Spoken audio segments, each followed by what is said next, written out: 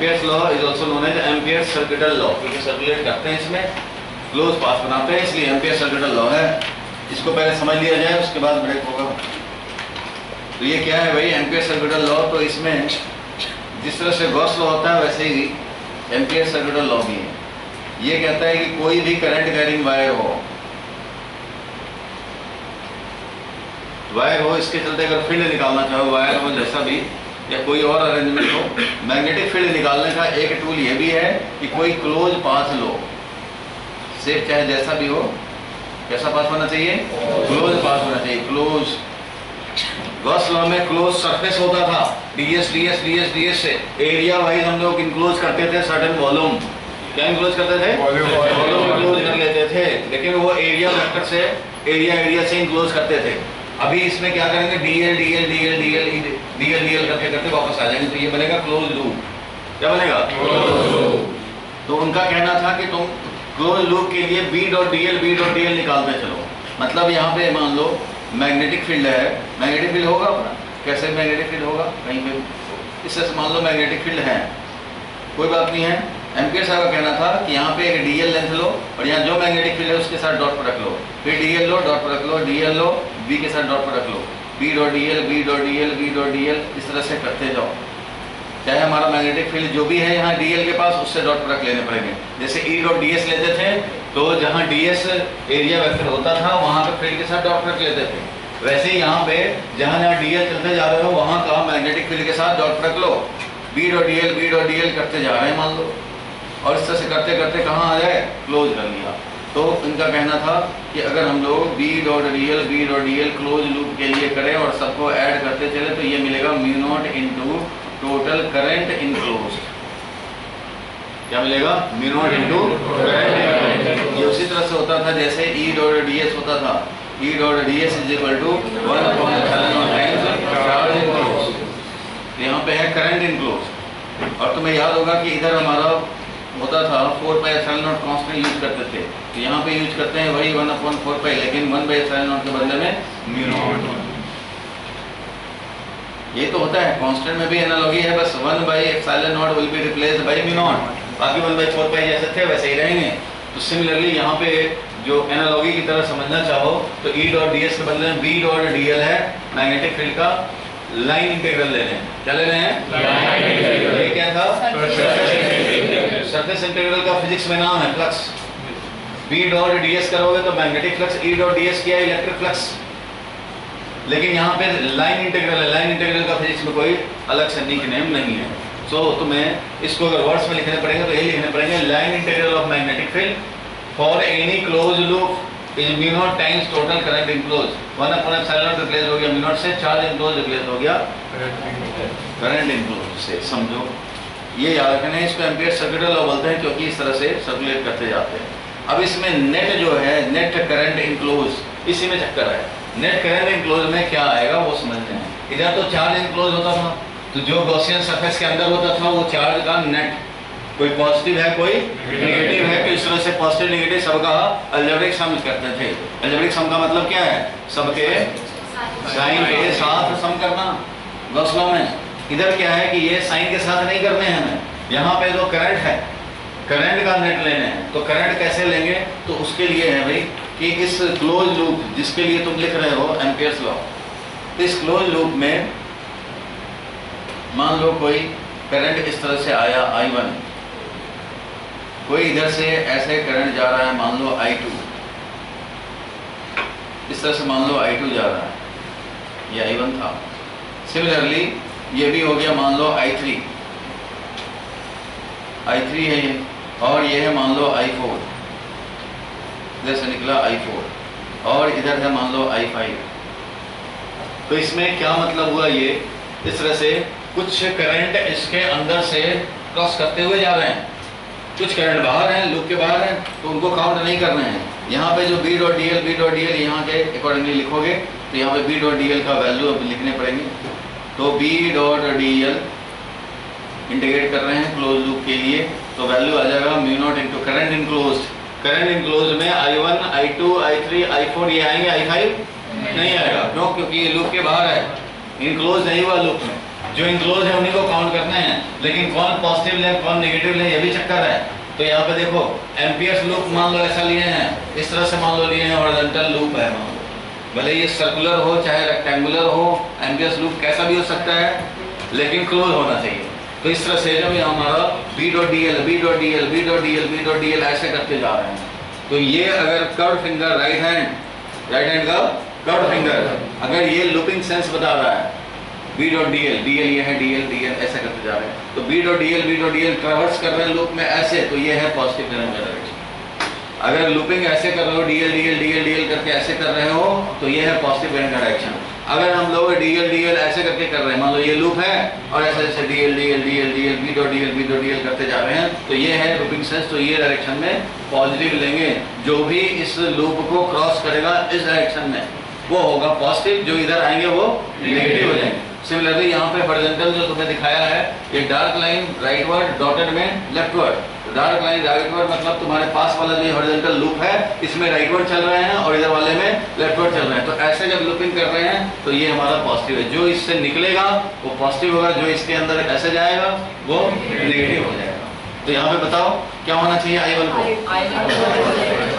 इधर वाला डॉटेड है, ध्यान रखना ये डॉटेड है इस तरह से, और हम लोग बी डॉट डी एल निकाल रहे हैं, बी इधर है और डी एल अपना बी है और डॉट डी एल ऐसे करके निकालते जा रहे हैं। इस तरह से बी डॉट डी एल करते आ रहे हैं। तो ऐसे जब लूपिंग सेंस हुआ तो इस डायरेक्शन वाले को पॉजिटिव लेना है, सो I1 will be positive, I1 minus I2 minus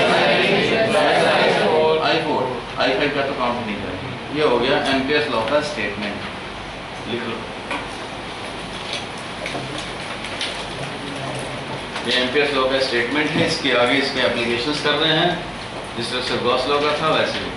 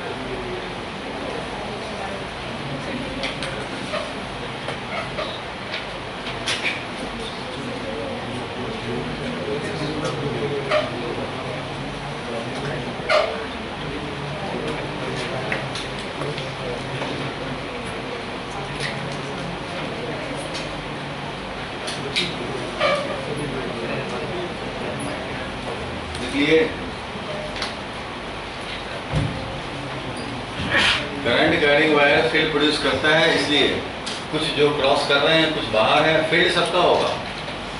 उसी तरह से जिस तरह से Gauss law, electric field due to all internal as well as external, सबका होता था इलेक्ट्रिक फील्ड, बट यहाँ पे चार्ज इनक्लोज में सिर्फ इंटरनल ही काउंट होता था।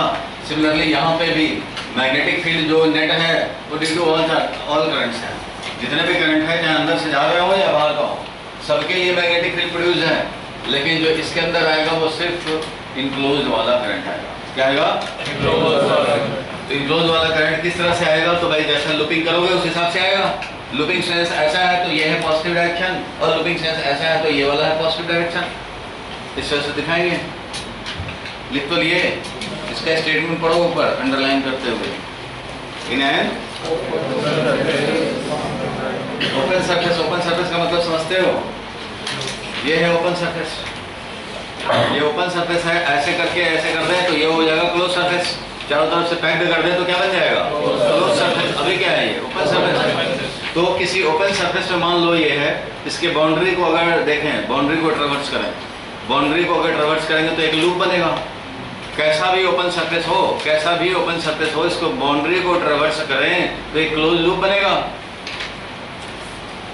लिखना छोड़ो भाई, बहुत हो गया, कितना लिखिएगा? लिखने में ये पीछे रहो, सब चीज में पीछे ही रहोगे, आने में भी पीछे।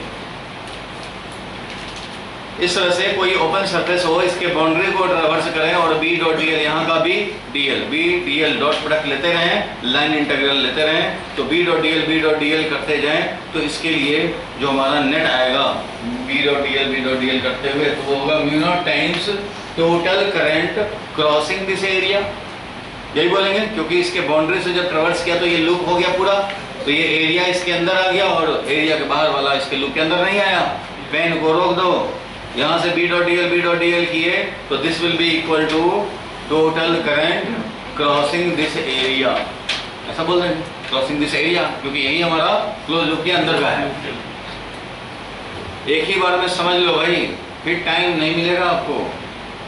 चैप्टर्स बढ़ते जा रहे हैं, लोड बढ़ता जा रहा है, साथ साथ अगर क्लियर नहीं करते चलोगे तो कुछ नहीं होगा, बच्चे नहीं हो। फैमिली एक्सपेक्ट कर रहा है तुमसे, 2 साल के बाद लोड लेना चाहिए तुम्हें फैमिली का। लोड कैसे लोगे 2-4 साल के बाद? मेंटली कम से कम लोड ले लोगे भाई। अच्छे कॉलेज में चले गए ना तो ऐसे ही पेरेंट फ्री हो जाएंगे मेंटली, कि 4 साल के बाद अब ये भी कमाना शुरू कर देगा, तो मेंटली वो फ्री हो जाते हैं थोड़ा। एक्चुअल में बाद में आएगा, लेकिन मेंटली तो सेटल हो जाते हैं पेरेंट कि हाँ भाई पेरेंट बच्चे हमारे अच्छे हो गए, सेट हो गए, खुश हो जाएंगे। और नहीं, अगर अच्छे कॉलेज में नहीं गए तो उनके फेस पे वो लोड दिखता रहेगा, लोड और बढ़ता जाएगा। अभी तो अनसर्टेनिटी है कि क्या होगा नहीं होगा, लेकिन जैसे एक कॉलेज में एडमिशन हुआ, पेरेंट के फेस पे चाहे तो खुशी परमानेंट आएगा या फिर परमानेंट दुख बन जाएगा। ये लोड ही है, ये लोड ही हो गया। उसकी शादी करोगे एक और लोड आएगा, उसके बाद एक और लोड आएगा, लोड ही आएगा, बस लोड ही है, बस भार है दुनिया का, ये एक लोड है। तो पढ़ो क्या लिखा है, पढ़ो जोर से। Open surface is bounded by a loop, then Ampere circuit law states that line integral B dot dl of the magnetic field, या पेन चलाओ, along the loop is equal to mu naught times total current passing through the surface। मतलब तो वही हो गया। And by the net current we mean the algebraic sum of the current within that loop। Loop में जितने भी current हैं उनका algebraic sum, that is B dot dl equal to mu naught into I enclosed, where I is net current enclosed। While applying, क्या लिखा है? Right hand rule follow करना है। Let the fingers of the right hand be curl in the sense the boundary is traversed। उस sense को कर रहा है जिस सेंस में बाउंड्री को ट्रैवर्स कर रहे हों। In the loop along the direction of line integral B dot dl, जो ले रहे हैं उसको बाउंड्री जो ट्रैवर्स कर रहे हैं उस सेंस को कर्ल फिंगर बता रहा है। Then the direction of thumb give the sense in which current I is regarded as positive। तो जिधर मर्जी उधर B dot dl कर लो, लेकिन जिधर कर्व्ड फिंगर तुम्हारा इंडिकेट करे ट्रैवर्सिंग सेंस, तो थंब इंडिकेट करेगा पॉजिटिव डायरेक्शन ऑफ करंट। समझ गए? अब नेक्स्ट क्वेश्चन पे देखो, एक क्वेश्चन दिखा दें तो ये खत्म होगा। क्वेश्चन क्या है, पढ़ो।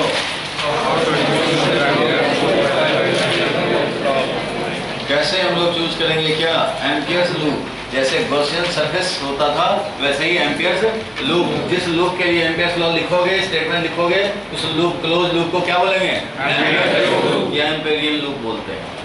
एम्पेरियन लूप या एम्पियर्स लूप बोलते हैं। कोई भी क्लोज लूप बन सकता है जिसके लिए बी डॉट डी एल लिखोगे। कोई भी क्लोज सरफेस गॉसियन सरफेस भी हो सकता है जिसके लिए ई डॉट डी एस लिख रहे हो। अब यहाँ पे गॉसियन सरफेस के लिए क्या ध्यान रखते थे बताओ।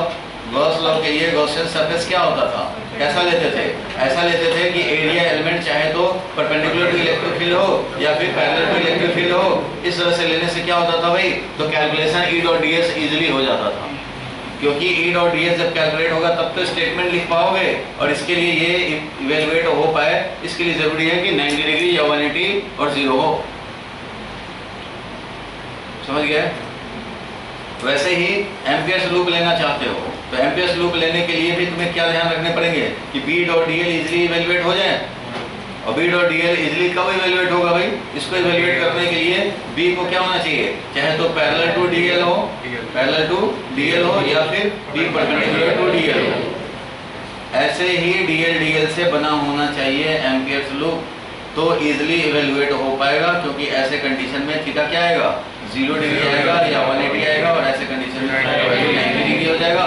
तो cos 90 जानते हैं, cos 0 180 भी जानते हैं, तो काम हो जाएगा। सो एम्पियर्स लूप पे ध्यान रखना यही पड़ेगा। देखो क्या लिखा है, while applying Ampere's circular law, if we choose Amperian loop such that each point of the loop, at each point of the loop, either B is tangential to the loop or non-zero constant B, or B is normal to the loop. Main है normal to the DL हो या फिर tangential हो, मतलब parallel हो या फिर perpendicular. Main बात तो वही है जो लिख रही है। क्वेश्चन आता नहीं है अप्लाई करने में, ध्यान रखने में। लिख लो ऊपर चाहे नीचे लिख लो।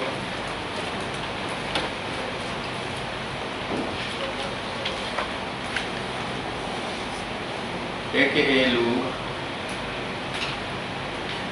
such that for all DL elements magnetic field is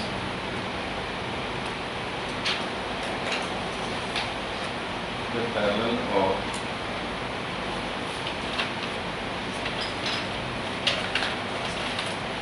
perpendicular to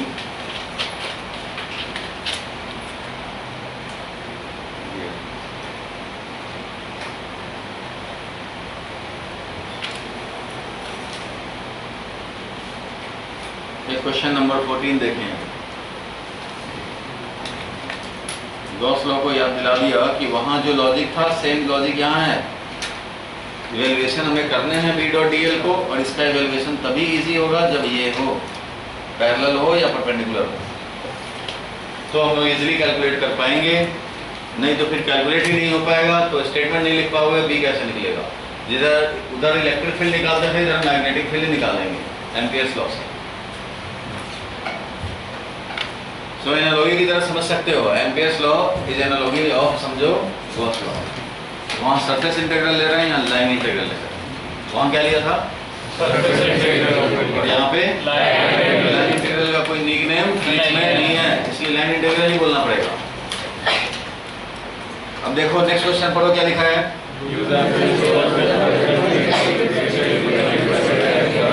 due to straight infinite current carrying wire, magnetic field निकालने हैं। Due to straight infinite current carrying wire, तो देखो भाई straight infinite current carrying wire हो, dot dot dot, और ये ऐसे dot dot dot, ये हो गया स्ट्रेट करंट कैरिंग वायर। आई है करंट। कुछ लोगों का रिवीजन 1 2 3 चैप्टर का अभी पक्का नहीं हुआ है, क्योंकि टेस्ट कॉपी देख के पता लग जाता है किसका रिवाइज हुआ है और किसका नहीं हुआ है। इसलिए कुछ अच्छे लोगों का भी पेपर सेटिस्फैक्टरी नहीं दिख रहा, इसलिए रिवीजन अच्छे से करें। ठीक है, 19 तक एक्स्ट्रा क्लास है, उसके बाद 4 दिन छुट्टी दे रहा हूँ आपको कि आप रिकैप कर लें, चैप्टर 4 तक हो जाएगा। चैप्टर 4 तक पूरा रिकैप करो, उसके बाद हम लोग एक टेस्ट लेंगे, मेगा प्रेस टेस्ट, 4 दिन की छुट्टी के बाद। उसमें जिसका अच्छा नहीं हो पाया रिवाइज करके उसको तुम रख नहीं पाए तो पेरेंट को फिर से बुलवाऊंगा। अब ध्यान रखें, क्योंकि ये सब 3-4 चैप्टर स्टार्टिंग के यही बेस होते हैं, चाहे 11th क्लास हो या 12th क्लास हो, बेस यही होते हैं। और इसमें आपको पढ़ाया सब कुछ गया है, समझ में सब कुछ आया है जिस दिन पढ़े थे। उसके बाद रिटेन नहीं कर पा रहे हैं, इसका मतलब घर में वर्क नहीं कर रहे हैं। घर में वर्क कर रहे हो खाली दिखाने के लिए, 5 घंटे 10 घंटे पढ़ रहे हैं, आप एफिशिएंटली नहीं लगे हुए हो। मोबाइल को छोड़ दो, सीरियसली बोल रहा हूँ, मोबाइल को छोड़ दो। जहर है आपके लिए। अभी हर चीज़ हर टाइम पे सुटेबल नहीं होता, आगे सुटेबल हो जाएगा वो अलग बात है। अभी अगर आप लेंगे, मोबाइल फ़ोन पे लगेंगे, स्मार्टफोन पे लगेंगे, व्हाट्सएप खेलते रहेंगे हमेशा, उसके लिए अगर आपको इतना ही मन नहीं लगता है तो आप अपना फिक्स टाइम करो कि ये आधा घंटा में मैं मोबाइल यूज़ करूँगा। बस वो आधा घंटे ही, जब भी मोबाइल की बात आए डे टाइम में, पढ़ने टाइम में, तो उस समय वो आधा घंटा भी याद आए साथ में।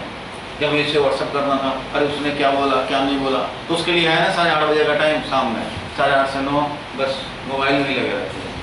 तो ठीक है भाई, मोबाइल में 8:30 से 9 में जो भी उस दिन का होगा हिसाब किताब मोबाइल पे वो कर देंगे। यही होगा ना, कहाँ से आया मैसेज, कहाँ देना है। आधा घंटा बहुत होता है, आधा घंटे में वो काम कर लो। उसके बाद पूरे दिन कम से कम फ्री रहोगे मेंटली। जब भी मोबाइल की याद आएगी तो साथ में 8:30 बजे भी याद आएगा, तो उसका काम तो 8:30 बजे, अभी तो पढ़ने का काम है, अभी पढ़े। इसके अलावा जो काम करना है सिर्फ कॉल रिसीव करना और कॉल करना इमरजेंसी में, बस।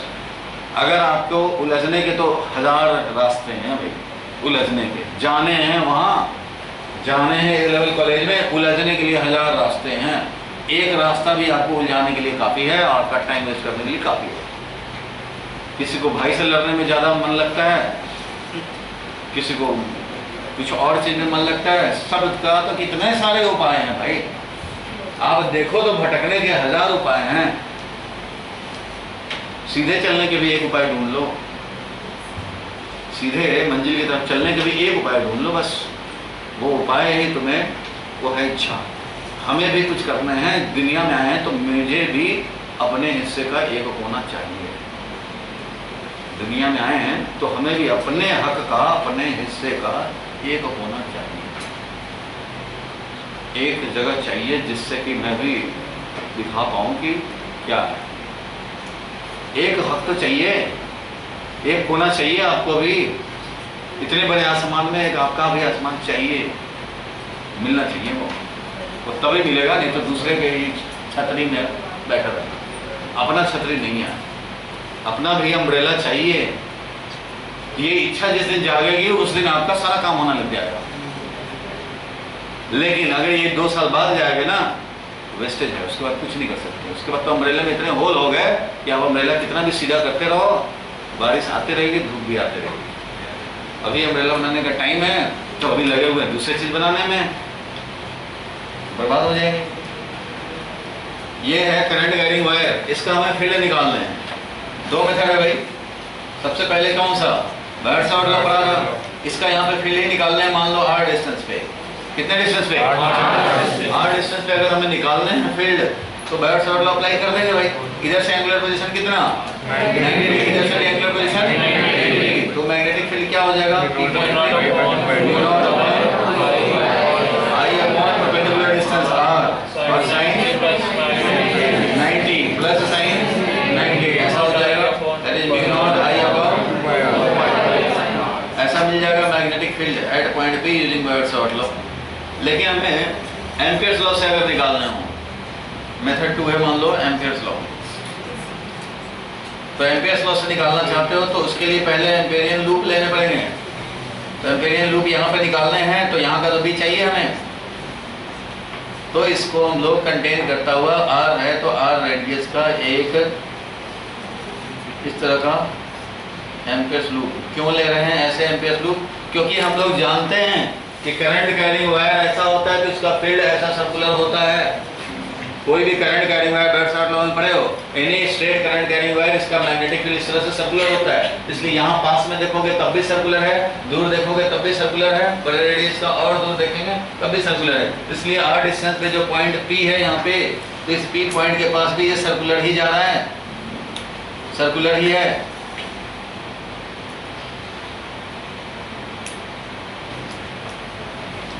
ठीक है, इस तरह से अब यहाँ पे हम लोग B डॉट DL खेलेंगे तो क्या होगा?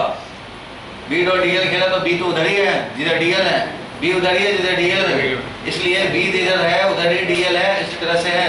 इसलिए दोनों का डायरेक्शन हमें क्या मिल रहे हैं? सेम मिल रहा है। B का डायरेक्शन DL का डायरेक्शन सेम है, सबका जीरो एंगल मिलेगा।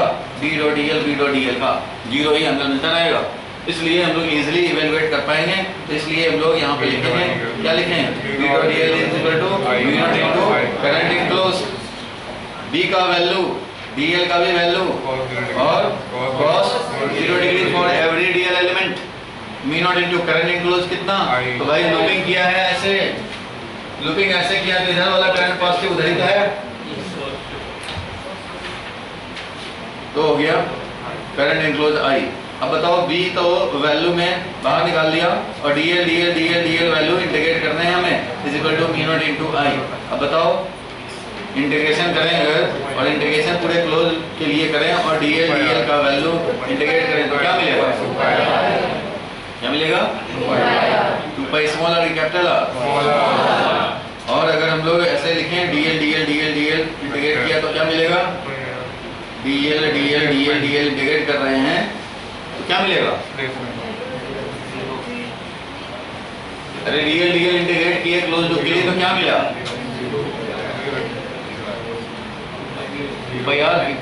4 पाई आर स्क्वायर लड्डू मिलेगा, लड्डू केदारनाथ का लड्डू मिलेगा तुम्हें।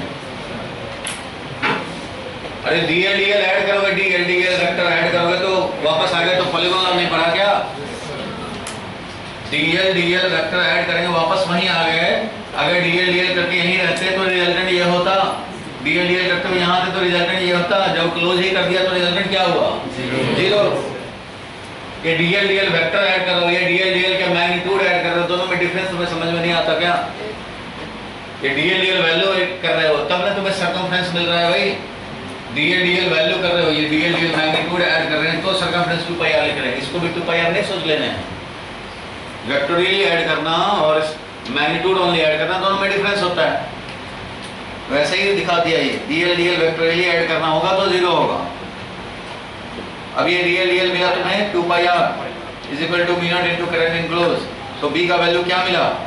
V naught I divided by 2 pi R, ये वैल्यू मिल गया। ये तो ये था बैरसाट लॉ से। देखो एम्पियर्स लॉ से हम लोगों ने निकाल लिया।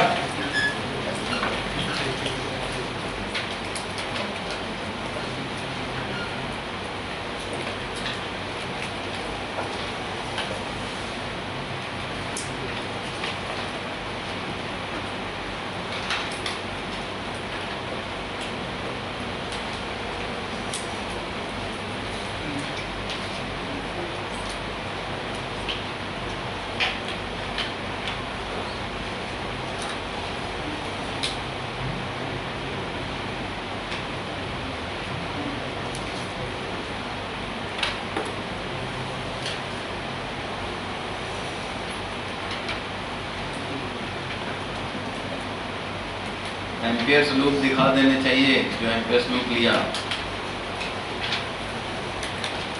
यहाँ पे B in the same direction as dot of DL आ रहा है।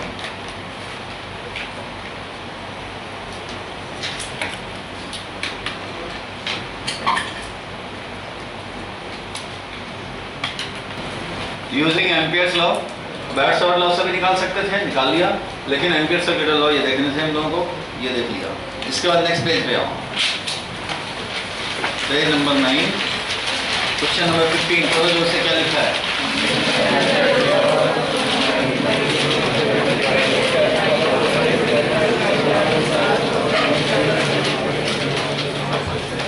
हॉलो सिलिंड्रिकल पाइप है, क्या ये? Hollow cylindrical pipe. और इससे अब हमें मैग्नेटिक फील्ड प्रोड्यूस जो निकालने हैं, use Ampere's law to find magnetic field. Current carrying hollow cylindrical pipe. चलो भाई हॉलो सिलेंड्रिकल पाइप है तो इस तरह का समझो,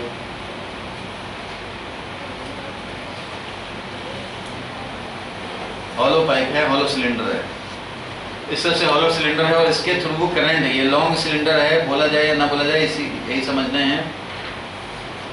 current carrying hollow cylindrical pipe at a distance R from the axis of the cylinder. मतलब ये है कि इसमें तुम्हें फाइनाइट वायर नहीं दिया जाएगा, सिलेबस में तुम्हारा लॉन्ग वायर है। लॉन्ग वायर का मतलब infinitely long. Hollow cylindrical pipe जो बोल रहा है वो लॉन्ग के लिए ही देखने हैं। तो ये लॉन्ग है, डॉट डॉट डॉट से दिखा सकते हैं। और इसके लिए अब मैग्नेटिक फील्ड निकालने हैं। कहाँ पे निकालने हैं? तो at a distance R from the axis of cylinder. तो एक्सिस से आर डिस्टेंस पे निकालने हैं, ये है मान लो आर डिस्टेंस, यहाँ पे निकालना चाहते हैं। तो ये जो करंट कैरिंग सिलेंडर है, तो इसका जो ये सरफेस है, थिकनेस है, उसी से करंट जाएगा। मीन्स चार्ज समझो इससे जाएगा, इसी से चार्ज जाएगा। मतलब ये है कि अंदर में जो हॉलो का है, जहाँ पे मटेरियल नहीं है, जहाँ मटेरियल है ऐसे है, तो जहाँ मटेरियल है वहीं से जाएगा, इसके अंदर से थोड़ी जाएगा। तो एयर है, करंट हमारा कंडक्ट करेगा थ्रू द मटेरियल, जो चार्ज इलेक्ट्रॉन का चार्ज ट्रांसफर होगा। सो ये मेटेलिक समझो कि हॉलो सिलेंडर है। अब यहाँ निकालना चाहते हो तो इसका जो मैग्नेटिक फील्ड होगा, मैग्नेटिक फील्ड तो ऐसा होगा, मैग्नेटिक फील्ड ऐसा है, मैग्नेटिक फील्ड ऐसा ही प्रोड्यूस करता है ये।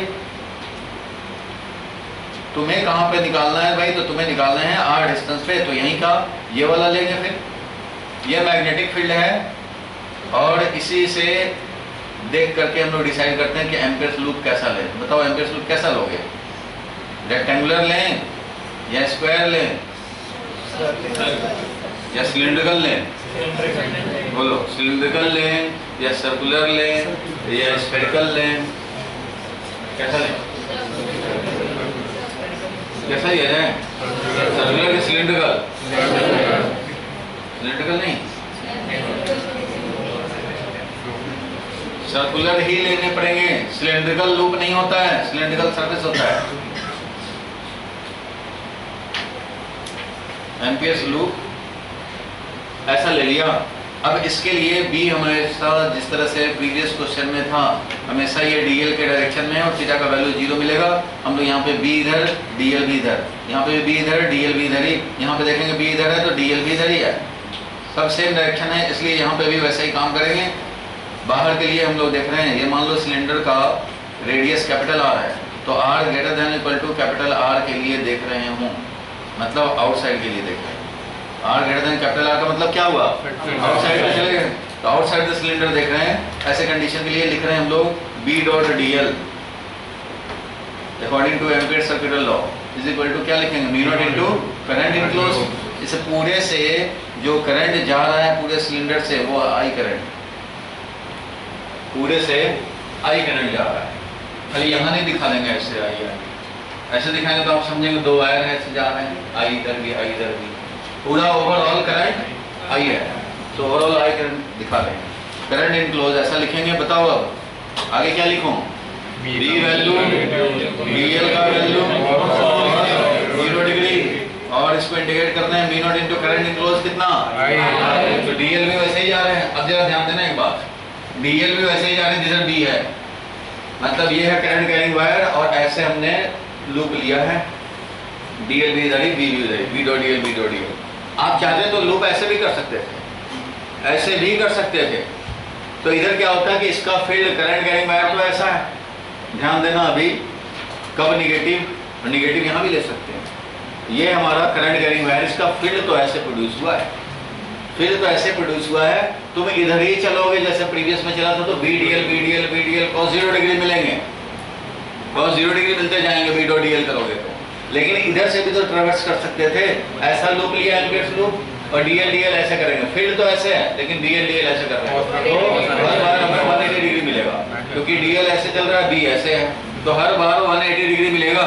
तो वो अगर करेंगे काम वैसे भी कर सकते हैं। तो उस कंडीशन में हम लोग लिखेंगे बी का वैल्यू, डीएल का वैल्यू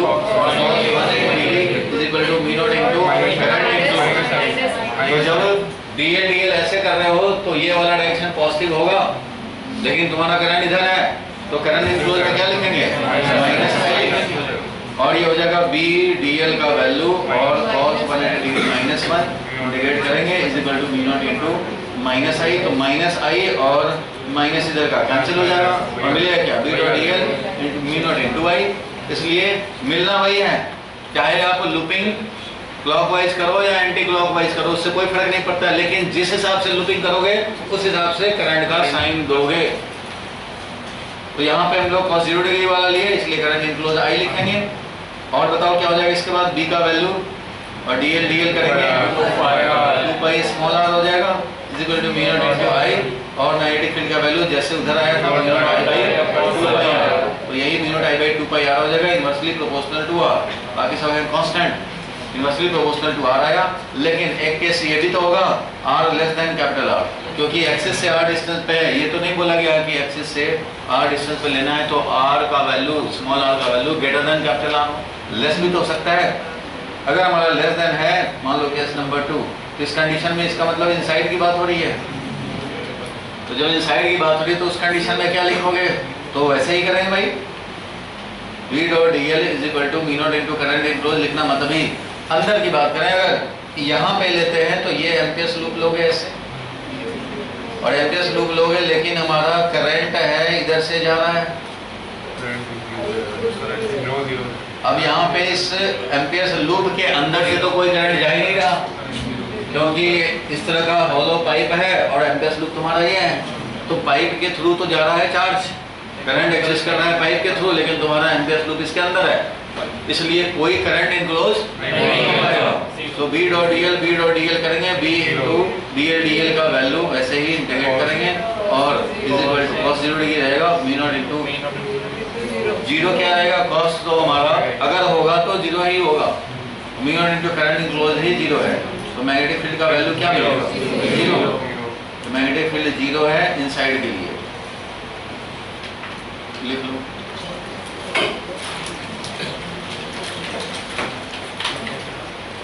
थ्री मार्क्स का क्वेश्चन आता है ऐसा।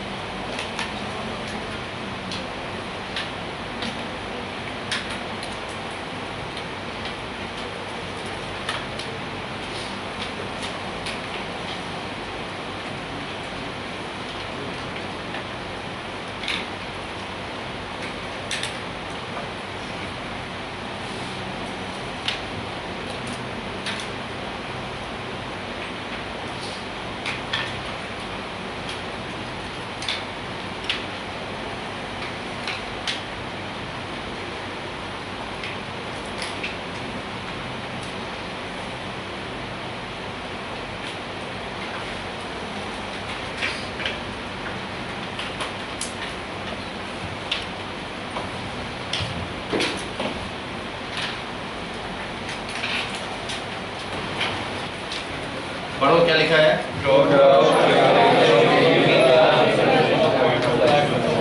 From the axis of the cylinder in above question, ठीक है, रेफर प्रीवियस क्वेश्चन, ये लिख लो साइड में क्योंकि उसी के लिए ये है।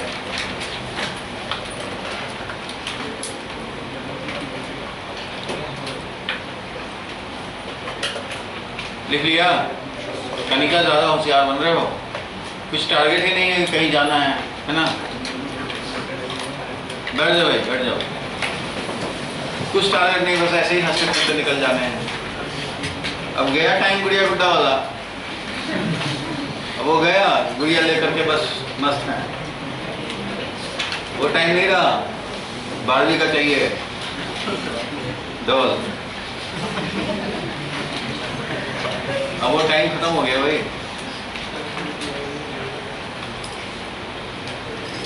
रेफर प्रीवियस क्वेश्चन, तो ग्राफ दिखाने हैं हमें, यही वाला तो क्वेश्चन है भाई, इसके लिए दिखाने हैं, तो हम लोग कैसे दिखाएंगे भाई, तो ये मान लो तुम्हारा एक्सिस ले लिया, इधर मैग्नेटिक फील्ड दिखाएंगे और ये है इस तरह से इसका होलो सिलेंडर, और इधर से याद होगा, लिखना मत अभी, कुछ लोग तो नोट छापने लग जाते हैं तुरंत। यहाँ से करंट जा रहा है भाई, यहाँ से चार्ज जा रहा है। करंट का एग्जिस्टेंस तो ओनली सरफेस से है, समझो, अंदर में है नहीं। तो यही था करंट कैरिंग, ओवरऑल करंट जो कैरी हो रहा है वो आर रेडियस के पाइप में इस तरह से करंट जा रहा है। अब इसका मैग्नेटिक फील्ड दिखाना था, मैं जानबूझ के ऐसे दिखा रहा हूँ ताकि आपका विजन क्लियर हो। आर दिखा रहे हैं इधर और इधर मैग्नेटिक फील्ड दिखा रहे हैं, और जब तक ये कैपिटल आर से कम है तब तक मैग्नेटिक फील्ड 0 दिखाएंगे। और सरफेस पे कितना दिखाओगे बताओ? कैपिटल आर की स्मॉल आर, क्योंकि सरफेस पे क्या होगा, इस सरफेस पे स्मॉल आर का वैल्यू कैपिटल आर हो जाए। इसलिए ये जो है कैपिटल आर वाला है सरफेस पे, और सरफेस से जस्ट बाहर जाएंगे तो इन्वर्सली प्रोपोर्शनल टू आर पाएंगे। तो इस तरह का ये ग्राफ हो जाएगा। दिखा दो।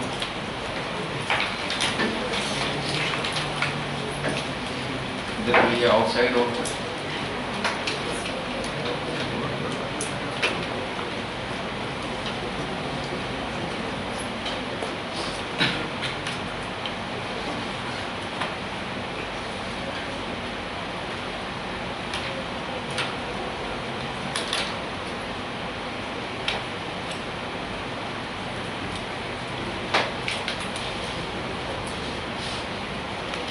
डॉटेड दिखाना चाहिए।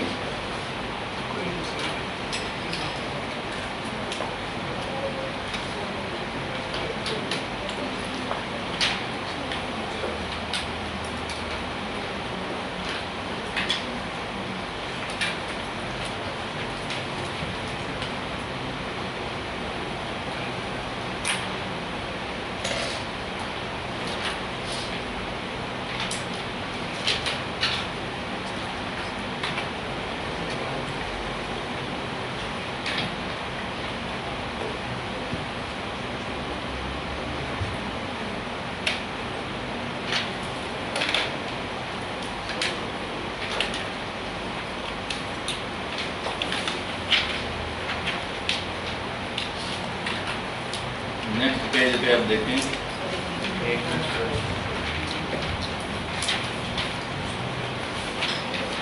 ग्राफ आएगा तो सिलेंडर दिखाने की जरूरत नहीं है तुम्हें, तुम तो खाली ग्राफ दिखाओगे रेड वाला। सिलेंडर तो मैंने रेफरेंस के लिए दिखा दिया है कि तुमने देखा है कि सिलेंडर के अंदर ही B0 है, बाहर में ऐसे हो रहा है, सरफेस पे ये है फील्ड। आपका ग्राफ आएगा तो बस इतना ही ग्राफ पहले दिखा देना, सिलेंडर की जरूरत नहीं है। आर लेस देन आर, इधर जितने भी आर हैं वो सब लेस देन 10 सेंटीमीटर अगर सिलेंडर का रेडियस है तो जब 2 सेंटीमीटर पे, 3 सेंटीमीटर पे, 9 सेंटीमीटर पे है तो फील्ड 0 है। 10 से सही ज़्यादा सेपरेशन पे आएंगे तो उसके बाद इन्वर्सली प्रोपोर्शनल टू आर हो जाएगा। जब तक अंदर है तब तक फील्ड 0 है।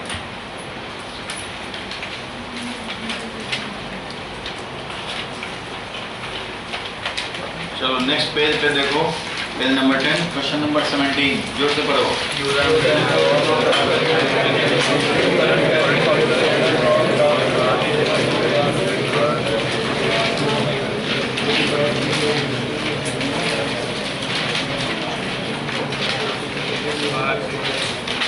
एक मिनट का टाइम है भाई, समझ लो हिंदी में।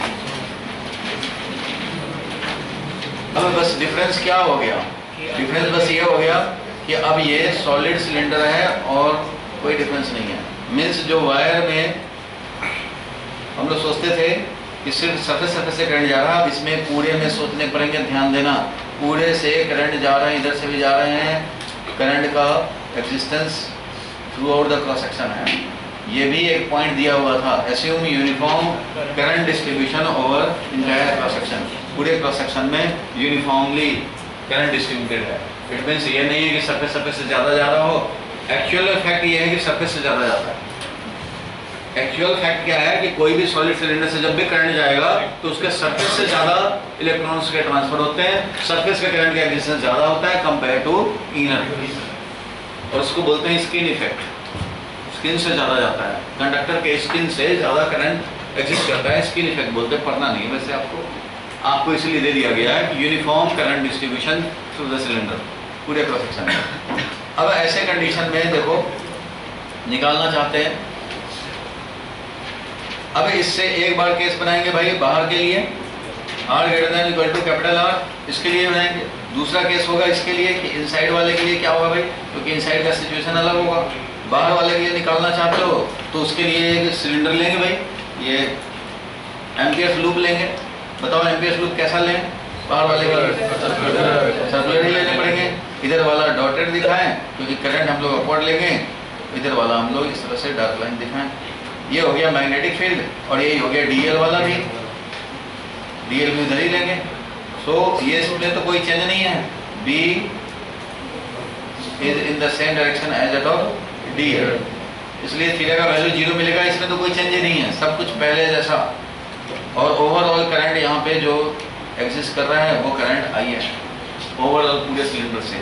तो इसको हम लोग अप्लाई करेंगे बी डॉट डीएल, तो क्या मिलेगा वैसे ही, बताओ जल्दी से निकल जाओ। B not into current enclose, B का वैल्यू डीएल का वैल्यू, और बोलो और is equal to B not into current enclose. यहाँ मिला, इंटीग्रेट भी तो करने हैं। और ये बी का वैल्यू बाहर निकाला DL DL is equal to B not I, और बी का वैल्यू में मिल जाएगा। और साइड के लिए कितना, वही B not I by 2 pi R, वही है।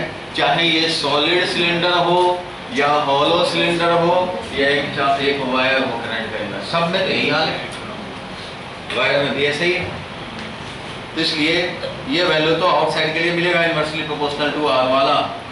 मेन डिफरेंस क्या है, ओनली इनसाइड के लिए। तो इनसाइड के लिए डिफरेंस आकर के क्या बन जाएगा वो देखने हैं। तो इनसाइड वाले पॉइंट के लिए अगर देखें तो इसके अंदर वाले में लेने पड़ेंगे हमें। तो इसके अंदर में मान लो ऐसे है ये पूरा क्रॉस सेक्शन, और इसके अंदर आप एक ले रहे हो इस तरह से, ये है समझो स्मॉल आर रेडियस, और ये तुम्हारा है कैपिटल आर रेडियस पूरे में। लेकिन करंट का एग्जिस्टेंस है, करंट का एग्जिस्टेंस पूरे में है, इसलिए हर तरफ से निकल रहा है। आपको जो चाहिए आप उससे करंट इनक्लोज आपको चाहिए, वो करंट इनक्लोज एम्पियर्स लूप के अंदर से कर लो, लेकिन रहेगा पूरे में। इसलिए यहाँ पे अगर हम लोग इसका लिखें बी डॉट डी एल, बताओ क्या होना चाहिए, B dot D L is equal to B not into current enclose, B का वैल्यू डी एल का वैल्यू कॉस 0 डिग्री अगर होगा, बाहर में ऐसे है, वायर है बाहर में ऐसा है, तो अंदर भी तो ऐसा ही होगा। ऐसा नहीं बाहर अंदर में ऐसा यूनिफॉर्म हो जाए और बाहर में इस तरह सिलेंड्रिकल हो जाए, ऐसा होगा नहीं। इसलिए बाहर जिस तरह का नेचर है वो ऐसा ही अंदर में होगा, और भले ही वैल्यू हमारा डिफरेंट हो।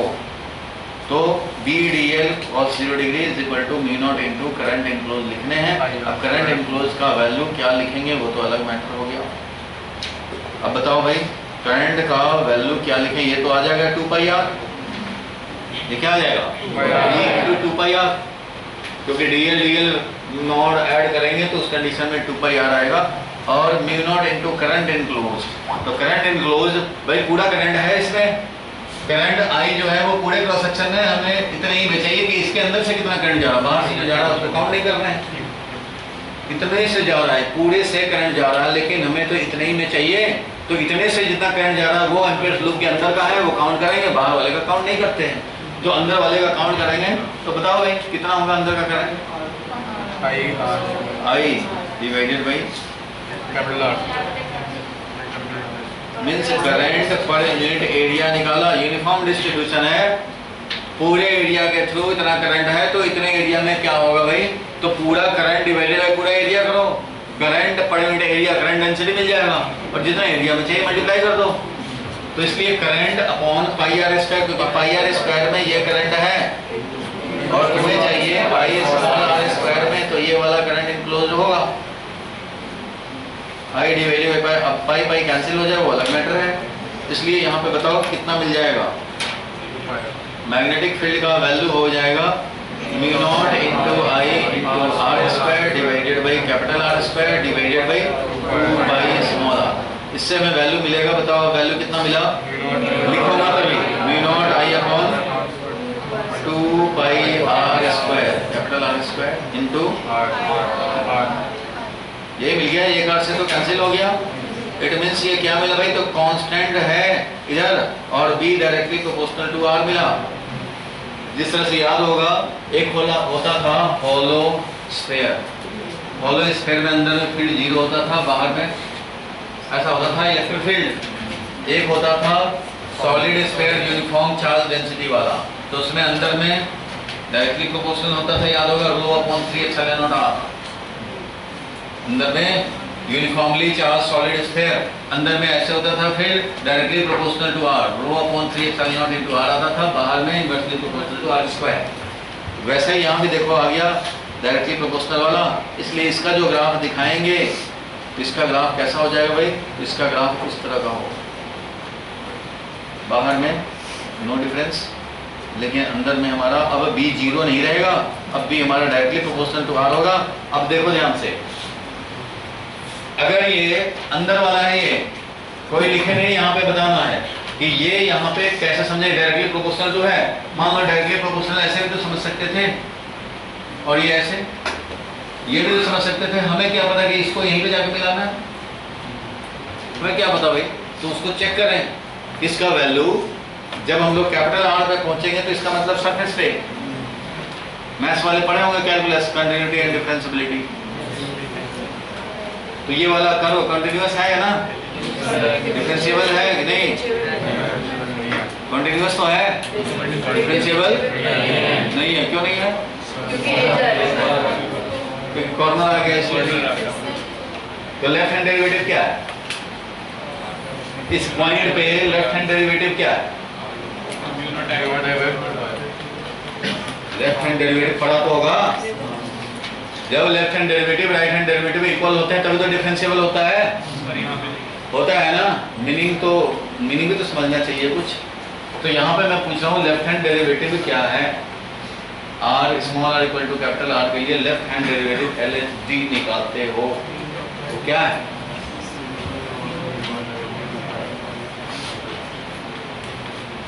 ऐसा ही मैथ्स में आ जाएगा, ग्राफ दिया रहेगा, बोलेगा लेफ्ट हैंड डेरिवेटिव क्या है, तो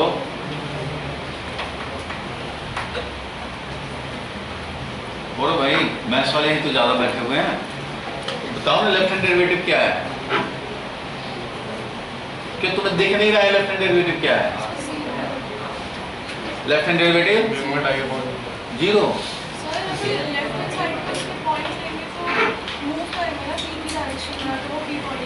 पी पॉइंट है तो इधर मूव करेंगे, अब लेफ्ट साइड का एक पॉइंट लेंगे तो फिर पी की तरफ ग्राफ मूव करेंगे। देखो भाई, जो फॉर्मूला रटते हो ना उसका थोड़ा मीनिंग भी समझो। लेफ्ट हैंड डेरिवेटिव का मतलब क्या होता है, लेफ्ट हैंड साइड से स्लोप, डेरिवेटिव क्या निकालते हो, D by D X slope ही तो निकालते हो। लेफ्ट हैंड साइड से ये स्लोप तुम्हें नहीं दिखाई दे रहा है, ये y इक्वल टू mx, इसी का तो ग्राफ है, ये है ना left hand derivative. Left hand derivative का वैल्यू ये है, मान लो इसको हम लोग b को एज फंक्शन ऑफ r ये दिखाया है, dv बाई डी आर निकालोगे, dv बाई डी आर तो यार क्या हो जाएगा 1, यही तो बच जाएगा, y इक्वल टू mx, यही तो m है। लेफ्ट हैंड डेरिवेटिव क्या बताएगा, लेफ्ट हैंड साइड से जो ग्राफ है उसका स्लोप तो यह है mu naught I by 2 pi r square, यह है left hand derivative. Right hand derivative चाहिए इसका, तो इसको डिफरेंशिएट करने पड़ेंगे और स्मॉल r का वैल्यू कैपिटल R रखने पड़ेंगे। पहले डिफरेंशिएट करो, स्मॉल r का वैल्यू कैपिटल R रखो तो यहाँ का राइट हैंड डेरिवेटिव मिलेगा। इसको डिफरेंशिएट कर दो, लेफ्ट हैंड डेरिवेटिव मिलेगा, डिफरेंशिएट करके स्मॉल r का वैल्यू कैपिटल R रखो, मिल जाएगा। y इक्वल टू mx है, यही तो है, इसका लेफ्ट हैंड डेरिवेटिव दिख तो रहा है सामने, और ये दोनों इक्वल नहीं है left hand right hand derivative. यहाँ पे स्लोप कुछ लग रहा है 1 2 या जो भी है वैल्यू है ना यहाँ पे, ये वाला वैल्यू और इधर से डेरिवेटिव का स्लोप ये नेगेटिव में आएगा और ये पॉजिटिव है। देखो 1 बाई r को डिफरेंशिएट करोगे, r का पावर -1 -1 r का पावर -2 ऐसा ही आएगा। तो इसलिए डेरिवेटिव यहाँ नेगेटिव है, इधर पॉजिटिव है, दोनों इक्वल हो ही नहीं सकते हैं, तो डिफरेंशिएबल नहीं है। और ये देखते हो कंटिन्यूटी के लिए left hand limit right hand limit. Left hand limit का मतलब क्या, लेफ्ट हैंड लिमिट का मतलब है कि उस पॉइंट पे पहुंच रहे हो तो लेफ्ट हैंड साइड से लिमिटिंग वैल्यू जब हमारा ये बिल्कुल पहुंचेंगे तो उस समय फंक्शन का क्या वैल्यू, तो यहाँ पे लेफ्ट हैंड लिमिट क्या है बताओ, लेफ्ट हैंड लिमिट क्या है 2 पाई r, क्योंकि r से एक r कैंसिल होगा, हमें वैल्यू चाहिए यहाँ पे, स्मॉल r का वैल्यू कैपिटल R रखेंगे तो हमें मिलेगा एक r से एक r कैंसिल होगा, mu naught I by 2 pi r। Left hand limit ये है।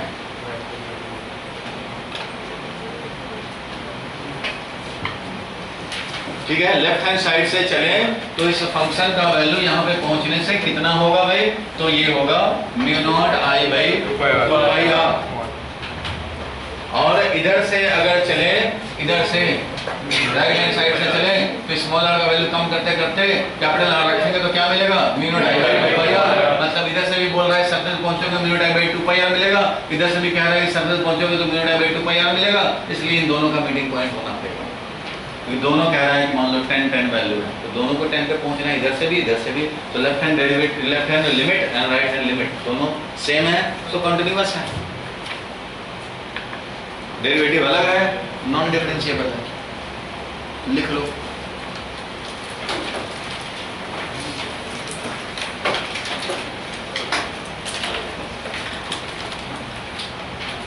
फिजिक्स में डिफरेंशिएबिलिटी नहीं पूछा है, ज्यादा कंटीन्यूअस पूछ लेगा, कंटीन्यूअस करें।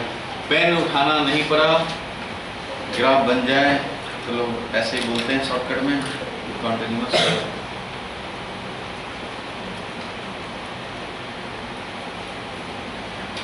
लिमिट, कंटिन्यूटी, डिफरेंशिएबिलिटी अच्छे से पढ़ो, ग्राफ का मीनिंग अच्छे से समझो। पढ़ाई पे ध्यान नहीं दोगे तो यही होगा। तो जिसको इन सब चीज़ों में मास्टरी करनी हो वो आईए मैरून का बुक पढ़ें, problem in one variable calculus. आईए मैरून कैलकुलस के लिए वर्ल्ड फेमस है, हजम कर सको तो।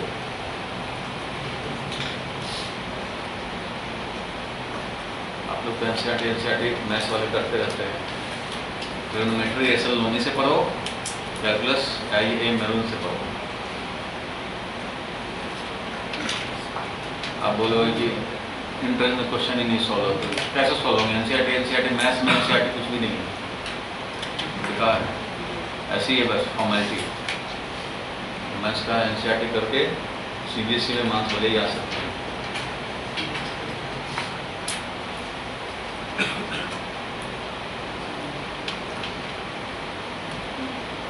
आप लोग मैथ्स की अंडरस्टैंडिंग थोड़ा कम बनता है, आप लोग ट्रेंड ज़्यादा हो जाते हैं।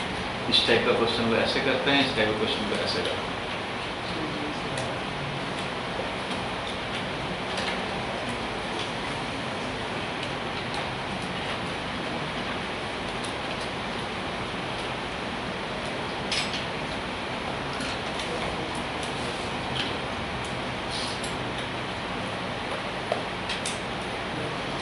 जो लोग इंजीनियरिंग करना चाहते हैं और मैथ को सिंसियरली नहीं लेते हैं वो इंजीनियर क्या बनेंगे?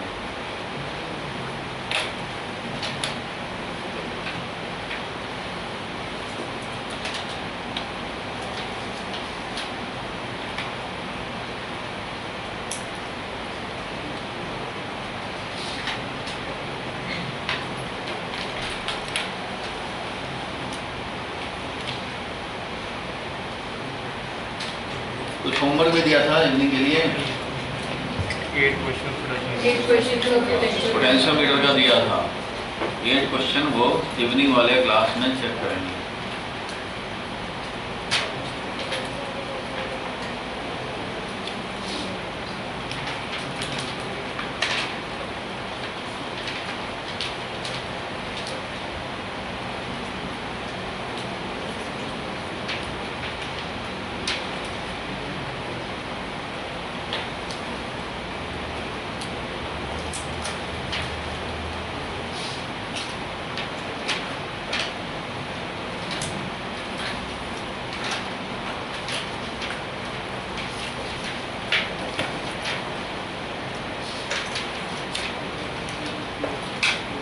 उसके बाद है परमिटिविटी, परमिबिलिटी और सोलेनॉइड, सोलेनॉइड, टोरॉइड।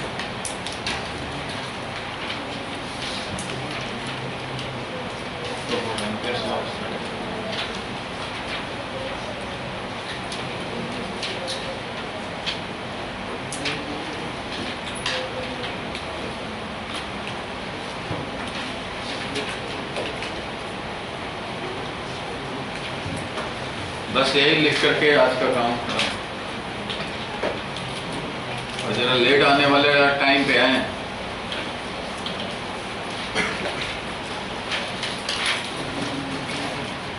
नहीं तो क्वेश्चन छूटा, 1-2 क्वेश्चन लेट आने वाले भी छूटे।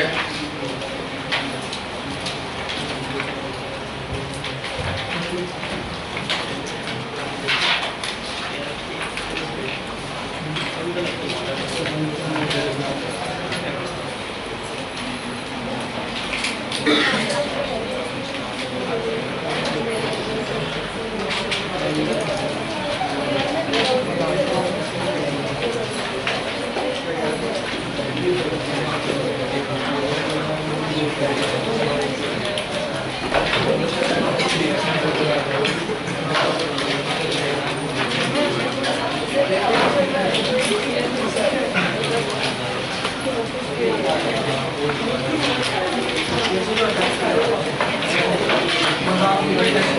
जाएगा।